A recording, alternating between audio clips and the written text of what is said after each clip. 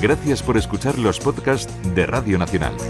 Acceda a todos los programas en rtv.es/a la carta. Espacio en Blanco, en Radio Nacional de España, con Miguel Blanco. Son las 3:06, 2:06 en las Islas Canarias. Regresamos este nuevo tiempo de misterios aquí en Radio Nacional, en Radio 1, Radio 5. Con saludos para todos los que seguís conectados. Saludos a todos los que escucháis a través de la radio online en montones de países fuera de España. Un abrazo desde aquí. Y a todos los que nos descargáis en el podcast, haciendo que seamos, dicen, uno de los más descargados de la radio. Mucha gente saludándonos desde Navarra, desde el País Vasco, desde Pontevedra, Castellón, Badajoz, Huelva, Córdoba, Tarragona, Lérida, Teruel, Salamanca, El Bierzo, Avilés, Santurce, montones de lugares donde el EGM dice que no nos escuchan. Vamos a dejarlo ahí, no hace falta que nos lo digáis, sabemos que estáis ahí escuchándonos. 900-137-137 nuestro teléfono, Blanco Radio en las redes sociales. Todavía nos queda algo más para contaros acerca de los templarios. Tras esa introducción, vamos con ello.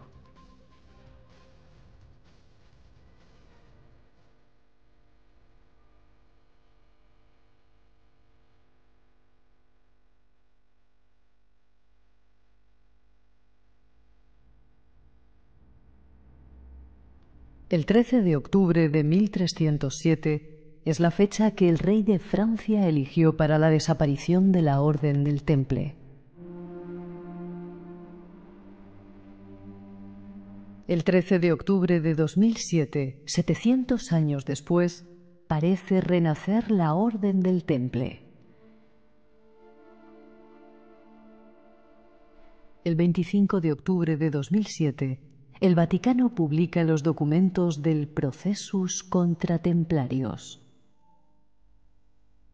El folio de Chinon demuestra que el Papa Clemente V dio la absolución al gran maestre del Temple, Jacques de Molay, y a Godofredo de Charnay, permitiéndoles recibir los sacramentos cristianos y ser acompañados de un capellán hasta ser quemados en la hoguera.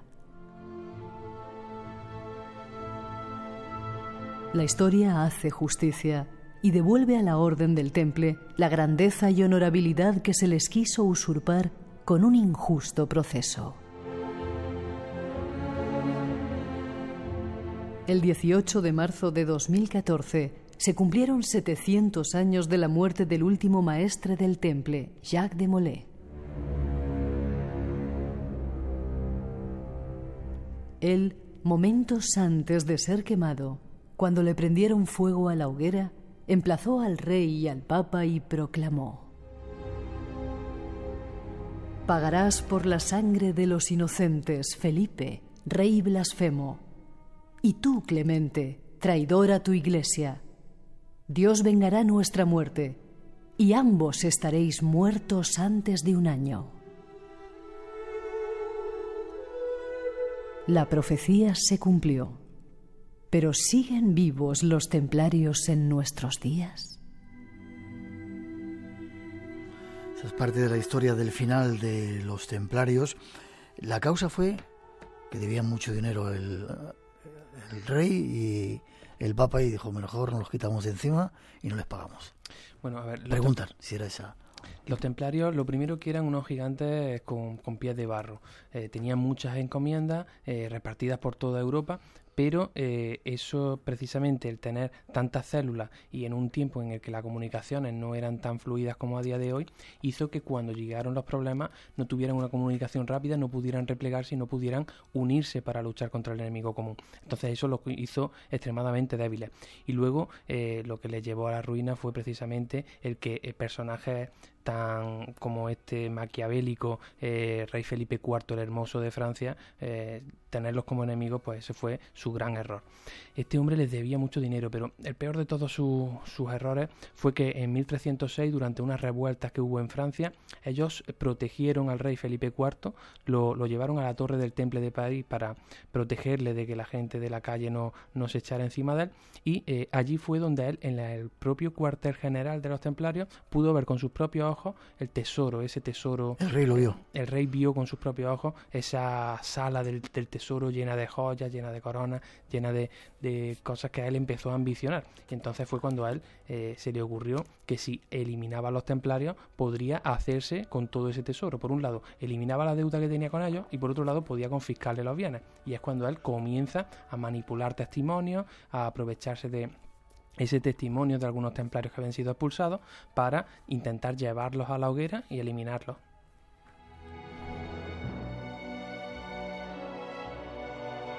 El Papa les excomulga, los queman en la hoguera, se cumple la profecía, ¿no?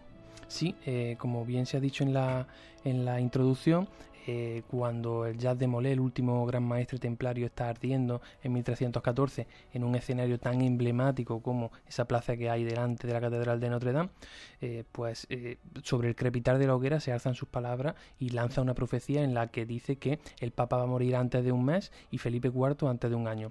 Clemente V, que él realmente no había sido el culpable, pero sí que lo había permitido, era un papa títere en manos del rey.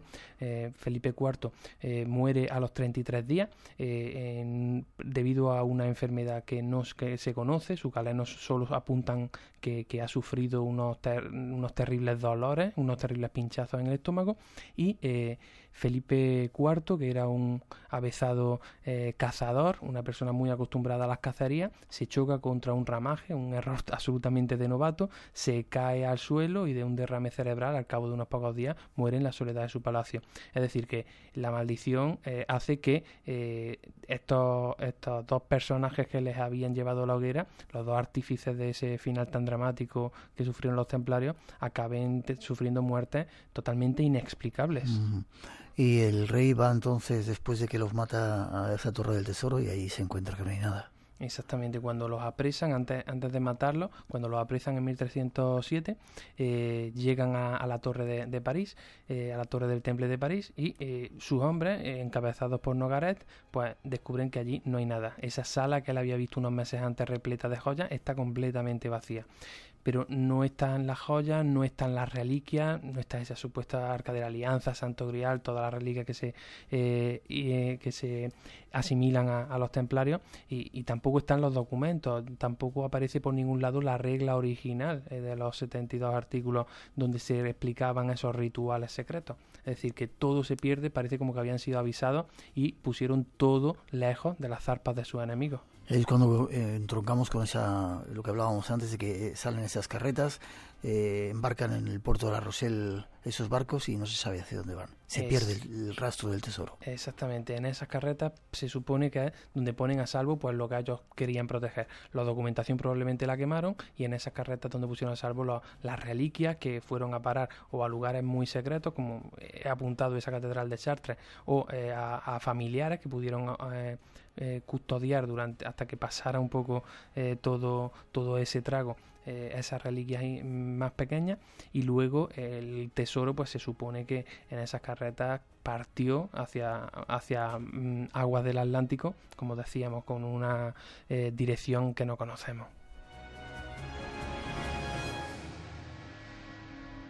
A punto de terminar, ¿qué hay en las catedrales? ¿Qué dejaron impreso, qué mensaje quisieron dejar los templarios en esas catedrales que construyeron, las góticas? Las catedrales góticas, se cree que los templarios están detrás de la financiación de todas ellas, porque comienzan en... La de León, la de Burgos, Exactamente, porque en 1130 es cuando nace el movimiento gótico. Además, de una forma totalmente inesperada, se pasa del románico al gótico de una forma súbita, y además en una época coincidiendo con los orígenes de la Orden del Temple. Precisamente el gótico pasa también al siguiente estilo arquitectónico, precisamente cuando el Temple es disuelto. Esto entronca también con que durante el gótico se comienzan a utilizar una serie de relaciones entre los números, una serie de proporciones que no se habían utilizado desde tiempos de los egipcios.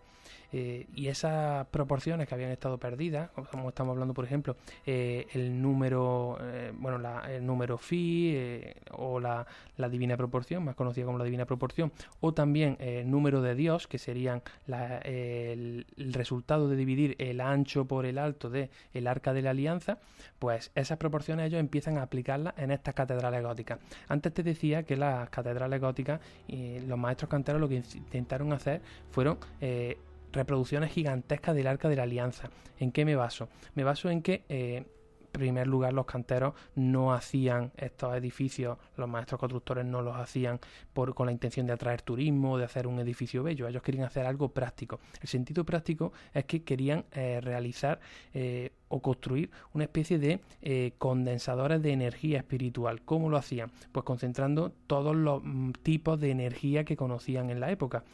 Esas catedrales están siempre construidas en lugares telúricos, lugares que habían sido mágicos sagrados o considerados mágicos sagrados por religiones anteriores. De esa forma se aseguraban la energía del suelo, la telúrica. Esas construcciones góticas también tenían unas agujas, unas torres en forma de aguja. Si podemos tener quizás en mente la de Burgos, que tiene esas famosas agujas. Pues con esas agujas lo que pretendían era atraer la energía cósmica, la del cielo.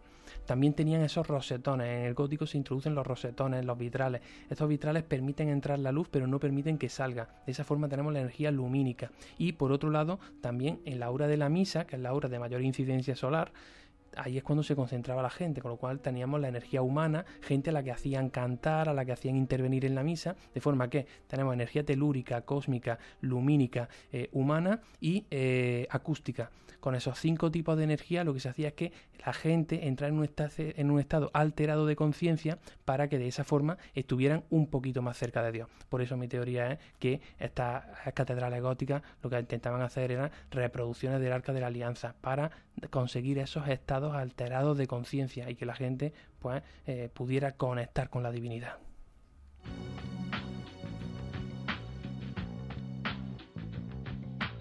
Esa música dice que nos vamos. Te voy a hacer 3 preguntitas que nos han pasado los oyentes, breves si puedes. ¿Qué relación tenían los templarios con los hasesín?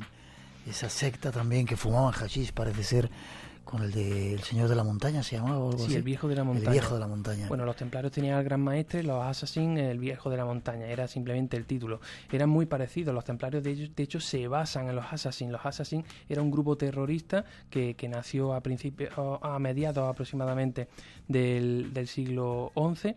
Del siglo X, o sea, varias décadas antes que los templarios, y los templarios se basan en los assassins. Los assassins mataban en nombre de Alá, y entonces San Bernardo de Claraval, cuando va a fundar la Orden de los Templarios, cuando va a crear el marco jurídico para que exista la figura del monje guerrero, se basa en los assassins, y entonces es cuando él permite a la cristiandad matar en nombre de Cristo. Por lo tanto, los templarios y los assassins además colaboraron en varias operaciones militares, ya que los templarios, aunque combatían a los musulmanes de cara a la galería y tal, pero luego también había momentos en los que tenían acuerdos con el mundo musulmán.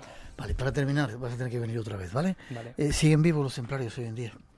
A ver, yo pienso que se ha podido rescatar parte de sus ideales y que mediante, por ejemplo, la masonería escocesa, no debemos olvidar que muchos templarios se resguardaron en las Highlands, que allí les permitieron seguir bajo otro nombre, pero les permitieron seguir existiendo a los templarios, y que los descendientes de esos templarios son los que luego fundan la masonería, al menos la especulativa. Por lo tanto, es posible que los ideales del temple o algunos rituales se hayan rescatado y hayan permanecido hasta nuestros días, aunque yo pienso que la Orden del Temple fue disuelta en 1312 y que desde entonces la Orden del Temple oficialmente no ha vuelto a existir.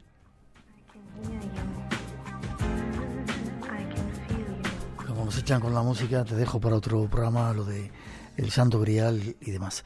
Muchas gracias por haber estado en el programa. Forma de contacto contigo si alguien quiere conocer algo más, pelearse contigo con un libro, conocer las rutas mágicas que haces. Bueno, pues para estar informado de mis libros, de este libro Templario de Luciérnaga o de cualquier otro, pues puede entrar en josemanuelmorales.net, en mi página personal, y el tema de la ruta lo puede encontrar o bien en cordobamisteriosa.es o en rutasmisteriosas.es. Ha sido un placer que hayas estado aquí. Gracias por venir desde Córdoba solamente para estar en el programa. Te deseo lo mejor y seguimos en contacto. Para mí el placer ha sido mío y, como te decía al principio, un auténtico privilegio estar aquí. Para nosotros que estés con nosotros. Gracias.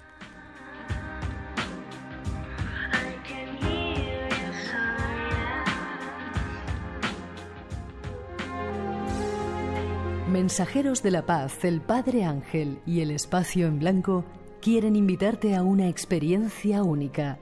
Será el miércoles día 20 de diciembre en la Iglesia de San Antón de Madrid, a partir de las 8 de la tarde. No te pierdas esta ocasión única de sentir el misterio de la Navidad.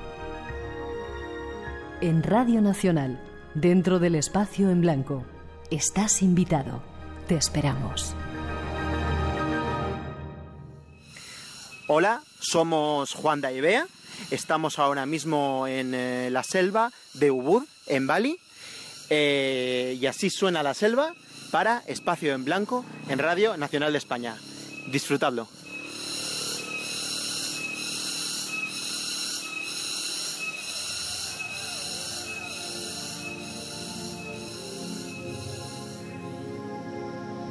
Uno de los muchos lugares donde se nos escucha según nuestros oyentes. En un momento os presentamos a nuestro siguiente invitado, pero antes tiene que ver con el Padre Ángel. Hace poco hicimos un congreso, se realizó un congreso, El mundo del misterio sirve para algo. Escuchar esta breve noticia mientras cambiamos el escenario y vamos con un nuevo tema. Estamos en la iglesia de San Antón. Rafael Campillo, el motivo es entregar el dinero que se ha conseguido con el congreso de vida después de la vida, ¿verdad? ¿Qué cantidad se ha conseguido? Sí, esto ya es una tradición. Todos los años, para concluir el congreso, hacemos entrega del talón. En esta ocasión vamos a hacer entrega de un talón de 26.500 euros. ¿Qué se van a hacer con eso? Buenas noches, padre. ¿Qué se van a hacer con esos 26.439 euros? Pues vamos a dar mucho calor, cariño y también comida, sobre todo en África, en Benín, en un país que es uno de los países más pobres del mismo África, en donde hay todavía niños pues con esclavitud, niños que todavía trabajan machacando piedras para poder subsistir, y que son esos niños a veces que dicen los brujos, que entonces los padres o la familia se quieren deshacer de ellos porque traen, según ellos, mala suerte, que no es verdad. Pero sobre todo, es decir, lo que recibimos es con mucha emoción el cariño, el haber estado en ese congreso y en estas personas como vosotros que habéis estado allí, como Rafa y todo el equipo, y decirle gracias, porque yo creo que es una muestra más de que un mundo mejor es posible, ¿no? Y que hay muchas personas, casi todas, y las que no son buenas es que están enfermas, pero muchas personas buenas, ¿no? Creo que se van a hacer pozos con ese dinero, ¿no? Una parte del proyecto. Sí, es hacer pozos de agua para dar de beber. Yo que estaba allí, que he invitado a Rafael y al equipo, si pueden que vengan algún día, cuando sale el agua del pozo, la gente no la bebe, la besa. Se ve a los niños que como casi la besan. Lo que nosotros no sabemos, la bendición de Dios que es nacer en un país como el nuestro, en una ciudad o un pueblo como nuestro. De eso, ¿ves? Y mientras eso nos están llamando gente para ayudarnos también. Rafa, a ti te llamó mucho la atención cuando estuvimos viendo el vídeo, esos niños que estaban picando piedra. Y es que la esclavitud todavía en este tiempo. Había que hacer algo, decías.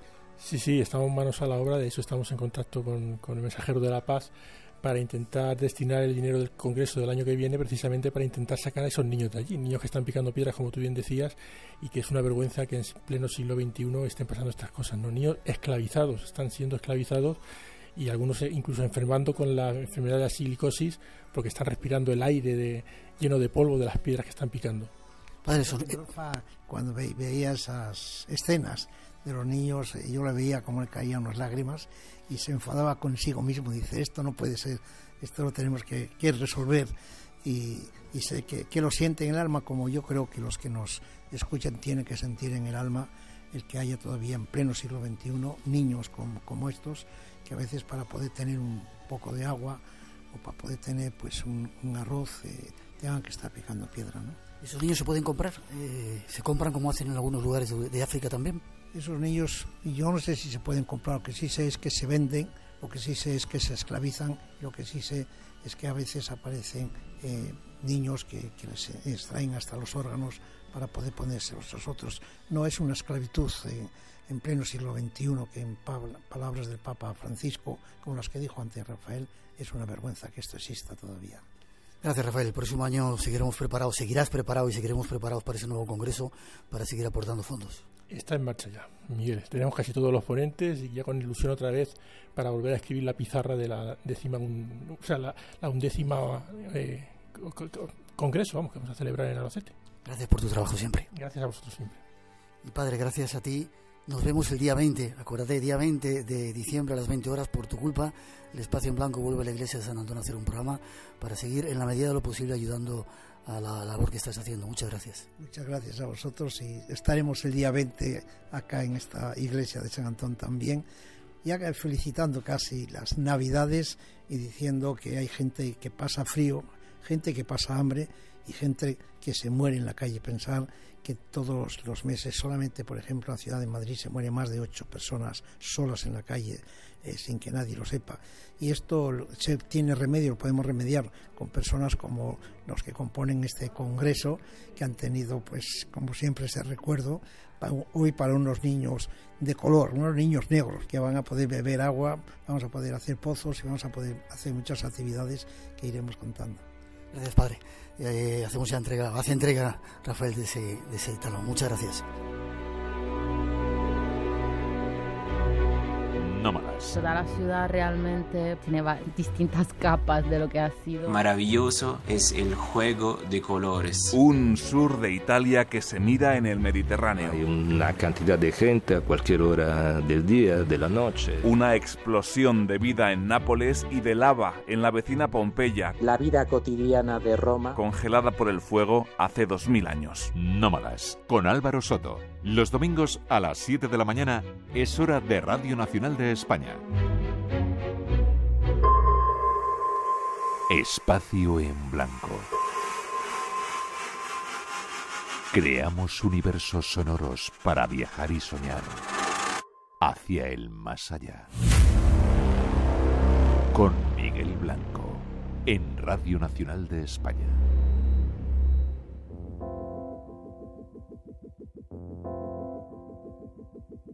Tres y 27, 2 y 27 en las Islas Canarias, seguimos en directo.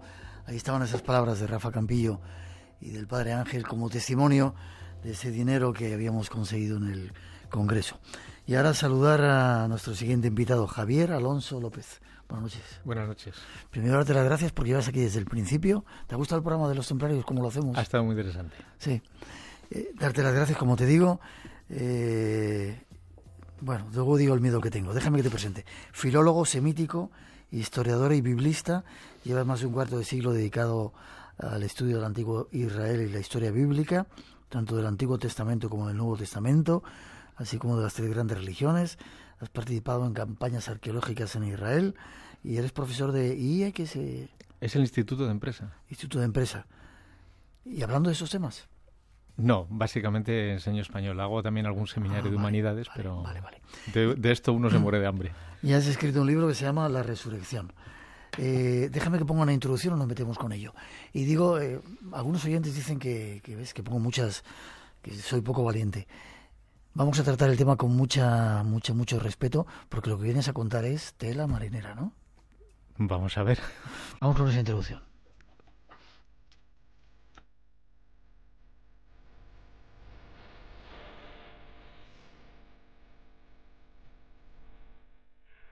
Nos visita un nuevo invitado y a lo largo de los próximos minutos abordaremos un tema polémico en su compañía. Él lo ha llamado resurrección. Y se plantean las siguientes preguntas. ¿Qué creencias había sobre el más allá en tiempos de Jesús? ¿Dónde fue enterrado? ¿Cómo era su tumba? ¿Hubo testigos del entierro? ¿Robaron el cuerpo los discípulos de Jesús? ¿O lo hicieron desaparecer sus enemigos de Sanedrín? ¿Pudo haber sido bajado de la cruz todavía vivo? ¿Qué papel tuvieron las mujeres en los acontecimientos del domingo de resurrección? Entre la muerte de Jesús de Nazaret y el primer testimonio escrito sobre su resurrección, transcurren apenas 20 años. Se trata de uno de los procesos más sorprendentes de toda la historia de la humanidad, el nacimiento de la creencia en que un hombre muerto en la cruz había resucitado. Tratemos con el máximo respeto hacia las creencias cristianas de buscar respuestas. Nuestro invitado nos ayuda.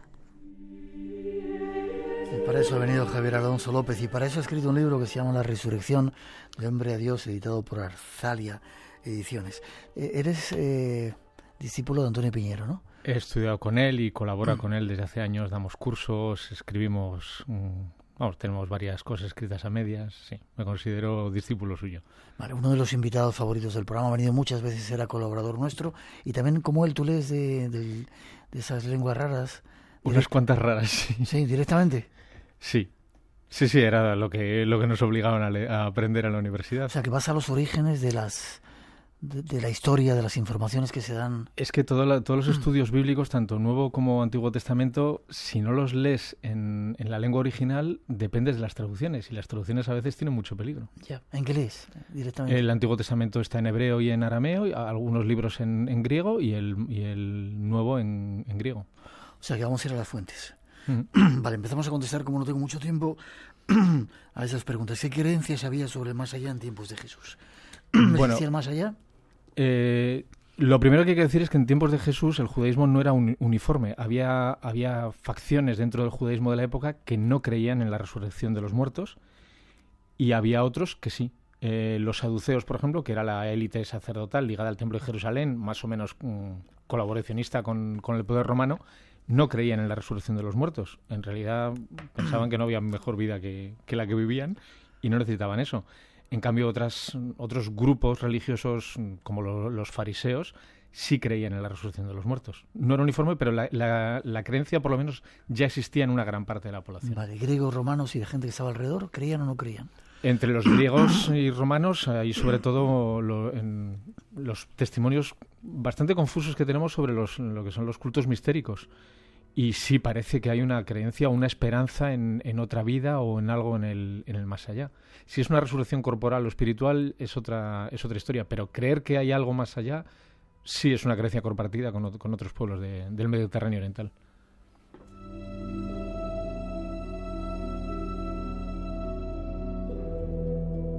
Vamos al tiempo de Jesús, vamos al personaje de Jesús. Se lo he preguntado muchas veces a Antonio Piñero. ¿Hay pruebas históricas, documentos históricos de que Jesús existió como personaje histórico? Yo estoy convencido de que como personaje histórico existe. Creo que la principal prueba está en lo diferentes que son los 4 relatos que tenemos en los 4 evangelios. Cuando uno se inventa un personaje, se lo inventa, digamos, de una pieza y sin aristas y sin contradicciones. En cambio, el personaje de Jesús que tenemos, si extraemos la información de los 4 evangelios canónicos, nos da un Jesús con muchos perfiles diferentes, muchos aspectos contradictorios, que no es lo habitual en un personaje de ficción. Ya, pero aparte de que sus enemigos nunca dudaron de su existencia. Ya, pero Javier, si según contaba y los datos que tenemos, se escribe una historia de los evangelios mucho tiempo después de que Jesús hubiera desaparecido, incluso hasta 50 años, con lo cual, no sé, la memoria o algo, tenía memoria muy poderosa o... Sí, los evangelios, en realidad los textos más antiguos del Nuevo Testamento son las cartas de Pablo. Jesús es un profeta apocalíptico, lo que está anunciando es un final del mundo inminente, y por tanto tampoco a los primeros seguidores, la primera generación, no tiene esa necesidad de dejar constancia por escrito de los hechos y dichos de Jesús. Cuando ese fin del mundo no llega de manera inminente y esa primera generación empieza a desaparecer, es cuando surge la necesidad de decir, oye, vamos a ponerlo por escrito antes de que se nos olvide. Pero claro, eso ya nos lleva al evangelio más antiguo, que es Marcos, unos 35 o 40 años después de la muerte de Jesús, mínimo. Vale. Aceptamos que Jesús, o hay pruebas de que Jesús existió. ¿Cómo se describe el entierro de Jesús en los evangelios? ¿Cómo nos lo cuentan que es? se describe de una manera un poco confusa. Es confuso sobre todo en el número de testigos que presencian lo que ocurre y en la atribución de cualidades de los personajes.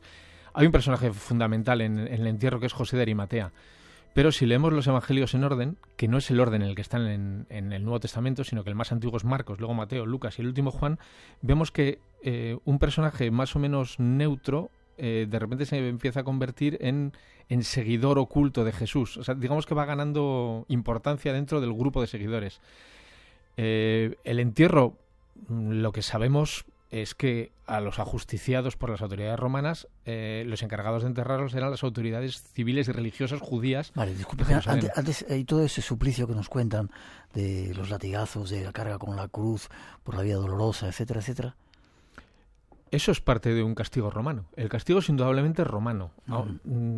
Cargar, digamos, la culpa sobre las autoridades judías puede que incitaran a Pilatos, puede que estuvieran encantadas de que aquello ocurriera, pero la crucifixión es una pena romana por sedición. El responsable último de la muerte es Pilatos y las autoridades romanas. Pero una vez muertos, son las autoridades religiosas judías los que se tienen que encargar de estos cadáveres de los ajusticiados y darle sepultura. ¿Y cómo le dan la sepultura? La sepultura normalmente, en el caso de estos ajusticiados, debemos asumir que sería una fosa común. Lo que pasa es que los evangelios lo que nos cuentan es que este José de Arimatea se hace cargo personalmente del cuerpo y lo entierra en una tumba particular suya.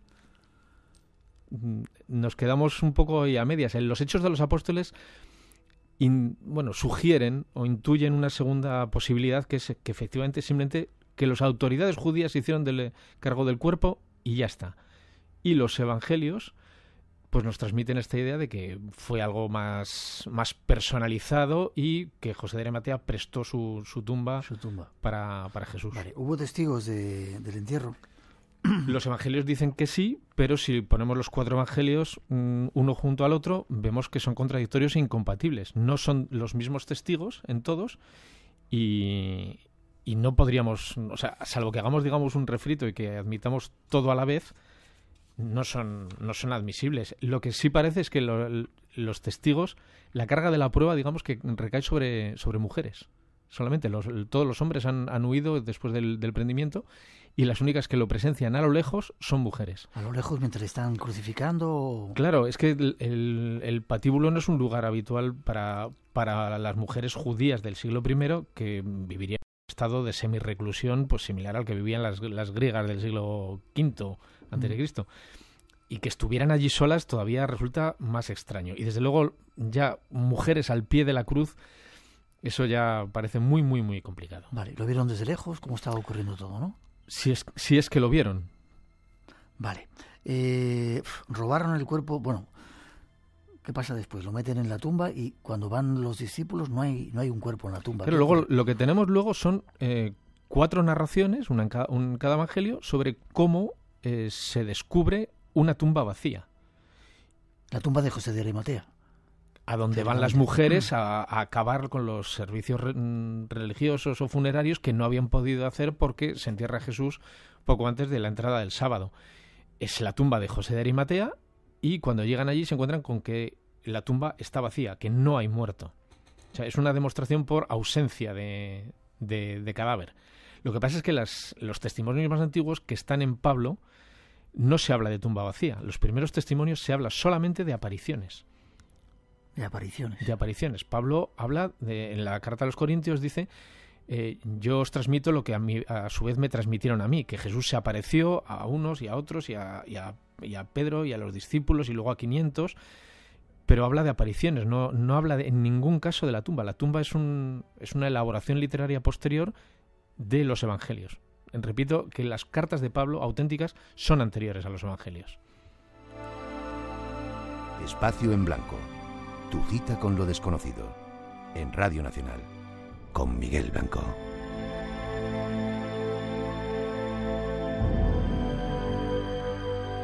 Seguimos con más preguntas. ¿Hicieron desaparecer el cuerpo de Jesús por alguna causa? Bueno, eso es una sugerencia que aparece en el Evangelio de Mateo. se acusa a los discípulos de hacer desaparecer el cuerpo de Jesús para demostrar que así había resucitado tal y como había anunciado.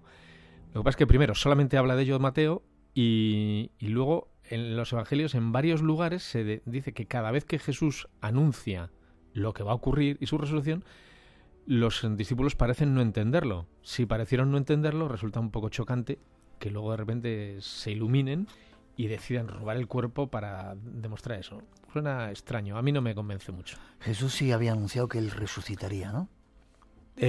Los evangelios dicen que Jesús anuncia eso. El problema es distinguir cuáles son las palabras verdaderas de Jesús y cuáles han puesto los apóstoles en boca de Jesús, lo que se llama los vaticinios después del evento. O sea, si realmente es una profecía o son palabras puestas en boca de Jesús posteriormente a que hayan ocurrido, como las profecías, por ejemplo, sobre la destrucción del templo. Vale. Hay también otra teoría que tú también planteas en el libro de que Jesús pudo no haber muerto en la cruz. A mí tampoco me convence, simplemente yo trato todas las teorías que se han manejado, pero... Y coges datos originales de todo, fuentes originales para armar ese rompecabezas, ¿no? Sí, bueno, esta es la única teoría en la que no tiene ningún anclaje, digamos, en los relatos de los evangelios, sino son teorías modernas. Hay dos, básicamente, una la de que acabó en Cachemira y la otra la de que se va con María Magdalena a Francia y es el origen de toda la leyenda del Santo Grial. Los romanos eran unos expertos matarifes. Cuando crucificaban a alguien, acababan con ellos. Los que defienden estas teorías aluden a un texto de Flavio Josefo en el que cuenta que durante la guerra judía, él, que va en compañía de sus nuevos amigos romanos, ve crucificados a 3 amigos suyos y le pide, no sé si a Tito o a Vespasiano, que los descuelgue de la cruz, que todavía están vivos, porque son amigos suyos. Como un favor especial lo hacen, y 2 de ellos de todas formas mueren a consecuencia de las heridas y uno sobrevive. Pero es un caso especial. Flavio Josefo pide que los bajen antes de que estén muertos y uno consigue recuperarse de las heridas, pero los romanos acababan lo que hacían. No hay ningún punto en los evangelios que pueda sugerir que lo bajan vivo de la cruz. La lanzada que le da a Longinos. Claro, lo que dicen es que no hace falta partirle las piernas porque ya está muerto. No hay más. Los evangelios no sugieren en ningún sitio que pudieran no estar muerto todavía. Vale. Y siguiendo el relato de ese rompecabezas que tú has hecho yendo a las fuentes, ¿qué ocurre desde tu punto de vista? Como digo, las 4 narraciones de los 4 evangelios son incompatibles. Yo pongo el ejemplo de si fueran llevados ante un juez como prueba, un juez no puede admitir 4 testimonios que son incompatibles entre sí y desecharía porque los 4. Son diferentes. Son diferentes respecto a cuándo lo entierran, quién lo ve, quién está de testigo y todos los relatos posteriores sobre la tumba vacía. ¿Quién va primero a la tumba vacía? Si entra, si no entra, si hay un ángel, si hay 2 ángeles, si ven a Jesús, si no lo ven, si hay contacto físico, si no lo hay. Son absolutamente incompatibles. Uh-huh. Y como decía, los primeros relatos, los primeros testimonios hablan más bien de apariciones, de gente que cree que ha percibido o ha visto a Jesús de alguna manera más o menos espiritual o más o menos corpórea. Mi teoría es que probablemente el origen de la creencia en la resurrección está en estas visiones, en gente que cree que lo ha vivido, que siente que el espíritu de Jesús sigue entre ellos. De hecho, Pablo, cuando habla de la resurrección en sus cartas, no habla de una resurrección de los cuerpos. Él dice que no sabe cómo será, que no vamos a resucitar con estos mismos cuerpos que tenemos ahora, sino con unos cuerpos diferentes. En cambio hay gente, claro, Pablo es complicado de entender para el hombre llano, y hay gente que esto no lo asimila bien y te pregunta, bueno, ¿pero el cuerpo resucita también o no? Y ahí es donde años después comienzan a surgir las narraciones de los evangelios en los que aparecen la tumba vacía como prueba física y material de una resurrección corporal y material. Y a partir de ahí, pues ya se intenta demostrar esta resurrección como una obra divina, acudiendo a todas las profecías y todas las referencias que haya en los libros del Antiguo Testamento sobre el Mesías. Y es verdad que hay algunas cosas curiosísimas, como una profecía en el libro de Amós que habla de resucitar a los 3 días, por ejemplo. Y sobre todo los cantos del siervo en los últimos capítulos del libro de Isaías, en el que parece que, a pesar de estar escrito muchos siglos antes de la muerte de Jesús, parece que está describiendo exactamente lo que ha ocurrido con Jesús. Alguien que entrega su vida para limpiar los pecados de la humanidad, sufre enormemente, pero Dios no va a permitir que acabe en un final ignominioso, sino que al final le resucitará. Como si fuera lo que nos han contado de la vida de Jesús fuera una copia de ese otro relato. Claro, es decir, al ver lo que ha pasado, que es un final inesperado para los que creían que Jesús era el Mesías, acuden al Antiguo Testamento para ver si hay algún consuelo ante eso, y lo encuentran en muchísimas profecías en las que sugieren que efectivamente que este enviado de Dios va a acabar mal, pero que al final va a resucitar. Y tomando, pues, sobre todo los cantos del siervo de Isaías y profecías como la de Amós y Salmos y por ejemplo la alusión del Hijo del Hombre del libro de Daniel, bueno, se hace una construcción teológica en la que se justifica y se explica la muerte de Jesús y cómo Dios le resucita. Los testimonios más antiguos no dicen que Jesús resucita, sino que Dios le resucita. O sea, Jesús, digamos que es un objeto pasivo de la resurrección y que es Dios el que no permite que Jesús acabe como, en ese final que los malos le han reservado.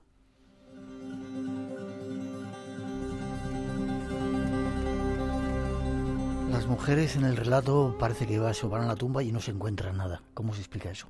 Y luego el propio Jesús dice que le verán y parece ser que en algún pasaje se encuentra con sus discípulos y le dice, ¿no me reconocéis? Como si ya hubiera resucitado. Ese es un paso intermedio entre lo que es una resurrección meramente espiritual y una meramente corporal. Hay apariciones de Jesús en las que no le reconocen y otras en las que sí le reconocen. Y estas en las que no le reconocen parece ser un paso intermedio de que resucita en una especie de materia diferente o algo así, porque los que están acostumbrados a su presencia no le reconocen ni siquiera cuando hablan con él. Se refleja todo, lo que pasa es que lo vemos mezclado. Los textos evangélicos los leemos en un orden en el que no fueron escritos. Muchas veces, por ejemplo, hay un segundo final en el Evangelio de Marcos que es posterior incluso a Juan. Y es complicado, es muy complicado separar el grano de la paja y hay que hacerlo con mucho cuidado. Me complicas mucho, sí. La ascensión de Jesús. Hay textos donde se habla de que Jesús subió al cielo y parece que fue visto que hubo testigos de eso. ¿Qué me cuentas? La ascensión de Jesús es una necesidad una vez que la resurrección pasa, digamos, ya a un plano corporal. Una vez que ya tenemos relatos y una creencia en una resurrección corporal y que Jesús está entre sus discípulos, come con ellos, los ve en Galilea, está 40 días, les imparte enseñanzas, la siguiente pregunta sería, bueno, pues si no está aquí con nosotros, ¿dónde está? Para el lector de los evangelios que lo leyera aquello 50, 60 o 70 años después de la muerte de Jesús, ya no está entre nosotros, pues ¿dónde está? Y en esta época, y ya desde muchos siglos antes, existe una creencia de un mundo terrenal y un mundo superior, que es el de la divinidad, que estaba por encima, digamos, de lo que serían las nubes y el cielo que vemos nosotros, y por tanto es el lugar lógico al que tendría que ascender. Hay además creencias parecidas en las religiones grecorromanas, o una ascensión como la de Hércules, o lo que es más común, que son los catasterismos, la conversión de un personaje en constelación. O sea, el lugar reservado para estos seres elegidos no está en quedarse en la tierra, sino ascender al cielo de una otra manera. Vale, déjame que ponga un poquito de música.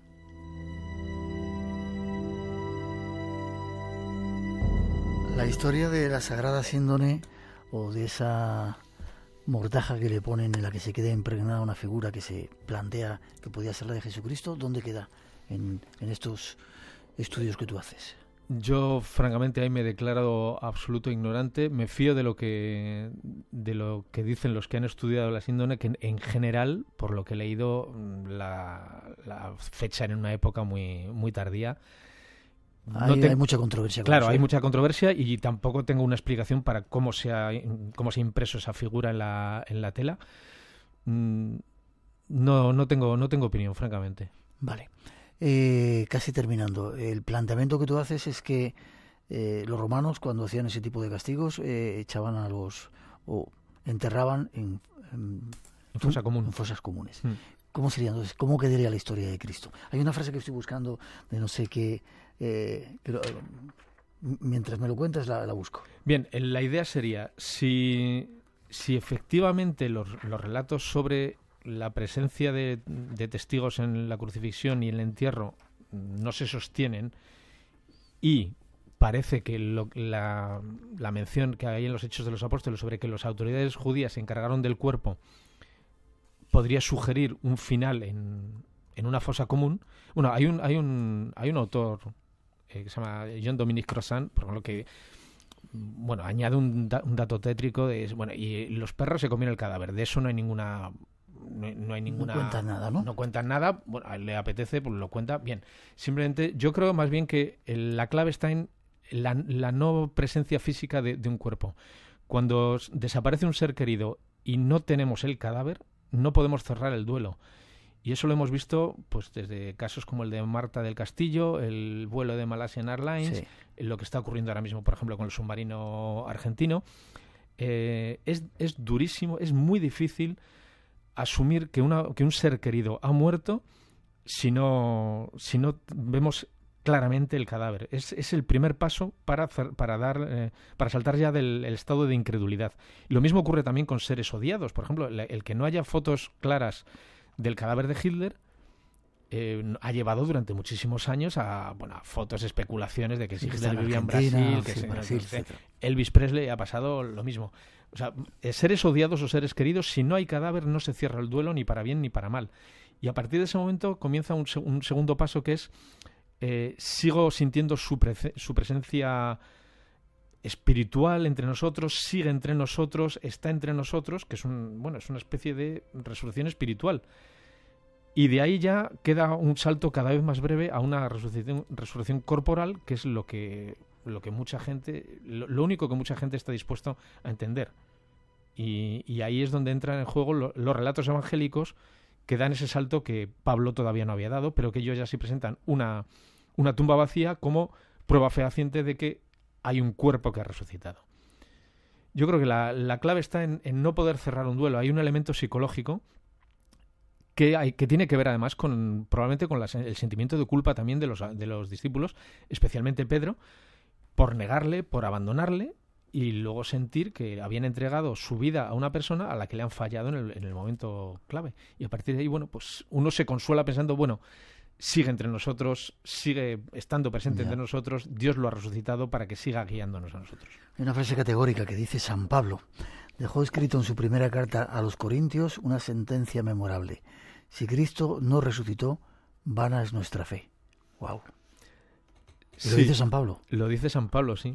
Pero recuerdo que San Pablo no está defendiendo una resurrección corporal al pie de la letra como la que hablamos normalmente en el siglo XXI.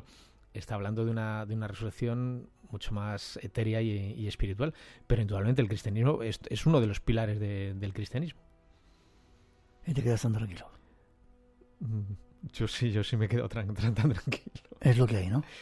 Es lo que hay. De acuerdo a las fuentes originales. De acuerdo a las fuentes originales. De todas formas, el ejemplo de Jesús está en otros pasajes de los evangelios. No está ni en la...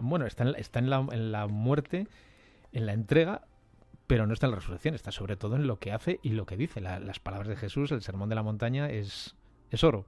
Sí. Eso no tiene nada que ver ya con las creencias en la resurrección. Y amar los unos a los otros, ese ejemplo que quedó por ahí, ¿no? Eso no tiene nada que ver con las creencias. Uno puede seguir valorando exactamente igual la figura de Jesús, aunque, los relatos de la resurrección presenten aristas complicadas para asimilarlos consistentemente.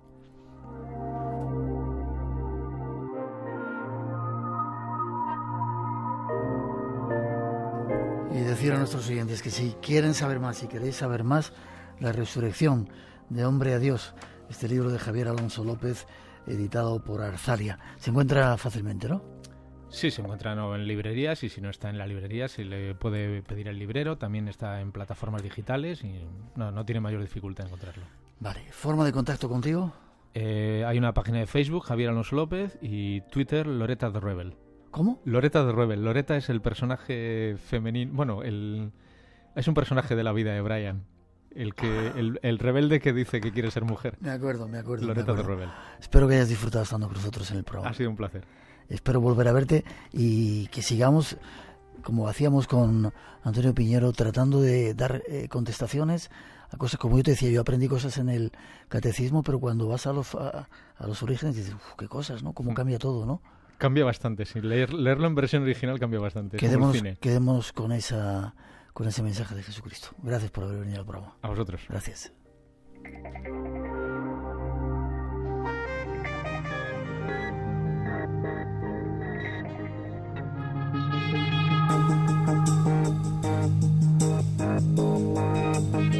Buenas noches, Rosa. Hola, buenas noches, Miguel. Ya tenemos unos cuantos minutos para dar a conocer a los ganadores y quiero comentarte, me lo han pedido que haga de nuevo, ¿no? Solamente se escuchan 5 comunidades según el EGM, pero ha llamado un montón de gente de todas las partes de España, ¿no?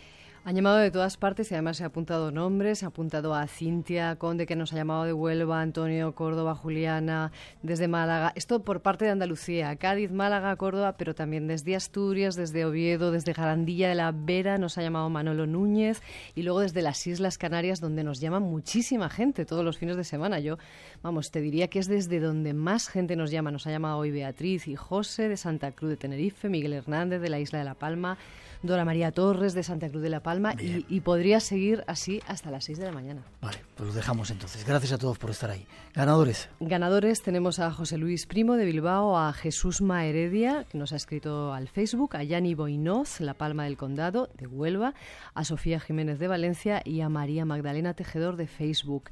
Por favor, enviarnos un correo electrónico a espacioenblanco@rtve.es y no nos podemos ir de aquí sin decir 2 cosas. Una, darle las gracias a Víctor Aguilar Sedeño, Miguel, por un correo que nos mandó desde allí, desde Asturias, donde venía un regalito, un pisapapeles que tenemos guardado en la redacción. Gracias. Qué bonito. Teníamos pendiente darte las gracias, Víctor, desde aquí. Y luego recordar un programa que estamos preparando. Especial, súper. Gracias al Padre Ángel, que hemos estado hoy entregándole esa cantidad de dinero para los pozos en Benin. Volvemos a hacer de nuevo un programa dentro de una iglesia. Comentábamos que nuestro invitado hemos hecho programas muy raros en el Muro de las Lamentaciones, en la Gran Pirámide, en el Templo de Luxor. Nos vamos ahora a hacer el programa de nuevo en la iglesia del Padre Ángel, con invitados especiales, ¿verdad? Así es, este año vamos a tener con nosotros al Premio Planeta de este año, a Javier Nuestro Sierra, compañero Javier Sierra, y muchas otras sorpresas que todavía no queremos adelantar, no podemos desvelar, pero estaremos allí el 20 de diciembre, que es miércoles, a partir de las 8 de la tarde estáis todos invitados aquí en la calle Hortaleza en Madrid. De 8 a 10 haremos un falso directo para emitir luego el programa el día 24, esa misma semana, para empezar a celebrar las Navidades. Gracias, Rosa. Seguimos. Hasta la semana que viene. Gracias.